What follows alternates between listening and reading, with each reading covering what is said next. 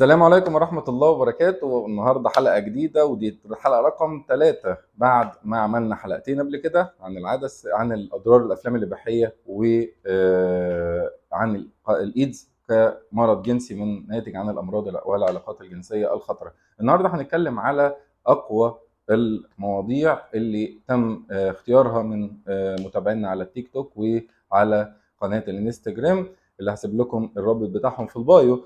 وما تنسوش النهارده لايك وسبسكرايب وشير وفعل زر الجرس عشان يوصلك كل جديد. اهلا بيكم ويلا بينا. حلقة النهارده هنتكلم فيها على سرعة القذف، وده موضوع من اخطر المواضيع اللي كل الازواج بيأرقوا من الموضوع ده. يقول لك انا عندي سرعة قذف، انا بيحصل لي انزال بعد العلاقة بدقيقتين او 3 دقائق، وحاسس ان انا المفروض اكتر من كده.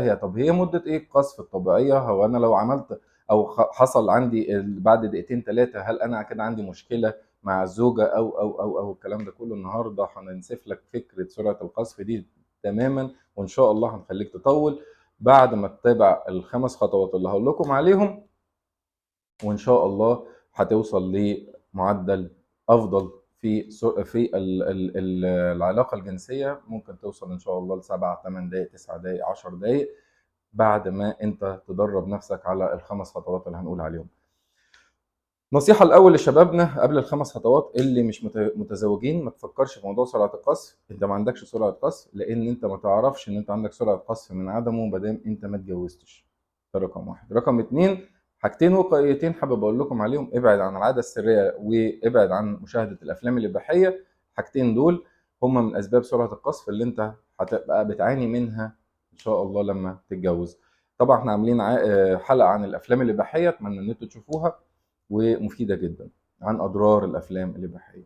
الخطوة الأولى النهاردة اللي هنتكلم فيها على إزاي تطول في العلاقة الجنسية: رقم واحد، ما تبقاش أناني. الأنانية للزوج إن هو يفكر بس إنه يمتع نفسه، وإن الزوجة ملهاش حق عليه إنه هي تستمتع بالعلاقة الجنسية، فهو بيعامل الزوجة فقط لا غير على إن هي أداة أو ماكينة جنسية لإفراغ رغباته. ده عامل خطير جدا، وده اللي بيؤدي لسرعة القذف، وده راجع لعدم اهتمامك بإمتاع الزوجة. أول ما تغير المنتاليتي بتاعتك وتفكيرك بإن أنت عايز تمتع الزوجة، صدقني أنت هتتطور وهتبتدي تطور العلاقة بتاعتك، ووقتها هيكون أطول.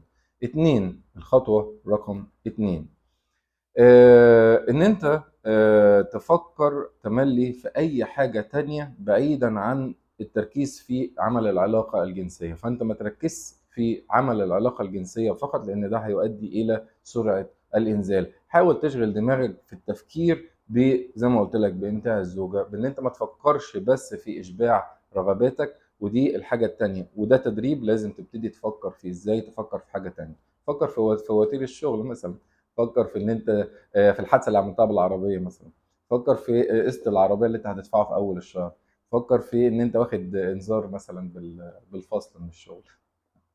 ففي حاجات كتير جدا انت تقدر تفكر فيها، صدقني ده هيساعدك جدا في الاطاله في العمليه الجنسيه. 3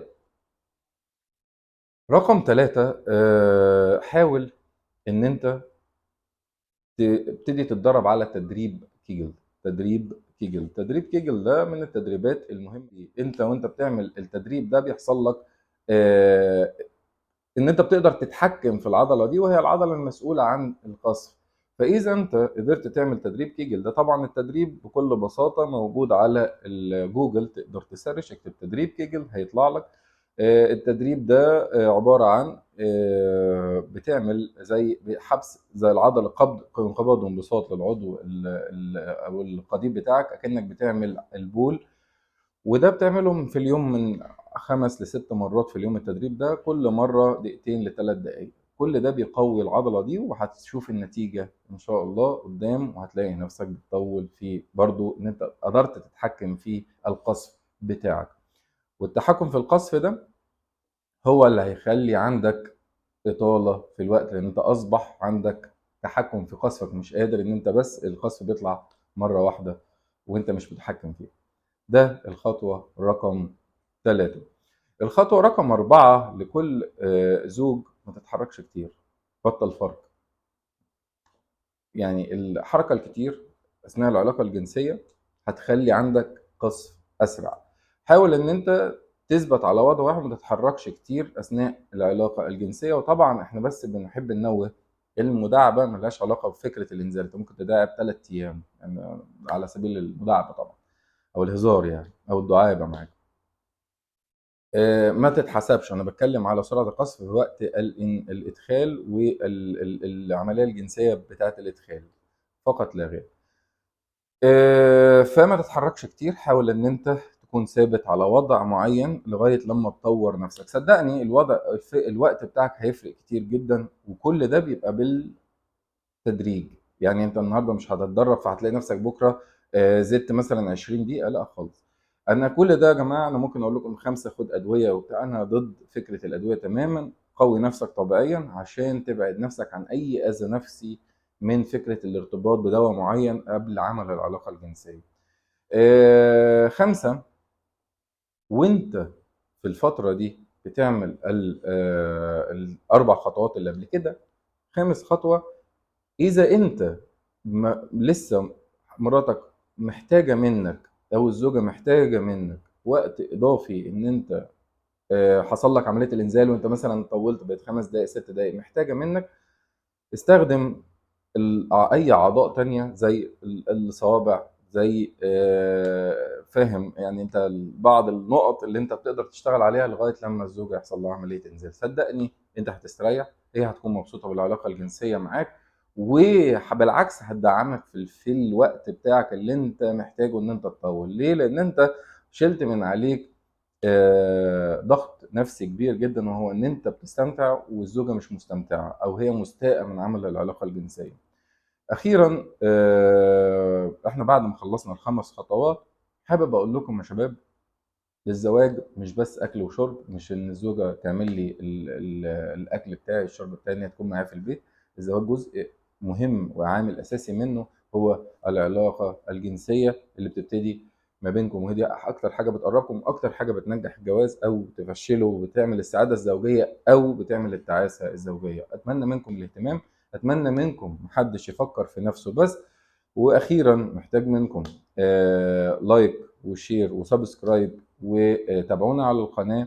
واي استفسار انت محتاجه كلمني على سيب لي كومنت وانا هرد عليك، او تابعني على صفحتنا على الانستجرام، او على منصتنا على التيك توك. واتمنى منكم ليله سعيده، وانتظرونا في الحلقه اللي جايه، حلقه قويه جدا وهي هنتكلم فيها عن اضرار العاده السريه للرجال وللنساء. وفي الحلقه اللي بعدها ان شاء الله تحت التحضير هي ليله الدخله، واول ليله دخله وانت التوتر والافكار المغلوطه وصاحبك اللي بيديك برشامه عشان تطول العلاقه الجنسيه في اول مره تعمل علاقه مع الزوجه. كل الكلام ده هنستفيد فيه شرحا عشان نبطل بعض الافكار المغلوطه اللي كل شبابنا او معظم شبابنا بيقع فيها، وبالتالي بيحصل له عمليه ادمان لبعض المنتجات الخاصه بالجنس، زي المشتقات بتاعت الحاجات الجنسيه دي، او المقويات الجنسيه المحفزات الجنسيه دي. فان شاء الله هنتكلم فيها باستفاضه في الحلقات اللي جايه. تابعونا، ما تنسوش لايك وشير وسبسكرايب، وان شاء الله اشوفكم في حلقه قادمه ان شاء الله. السلام عليكم، ليله سعيده.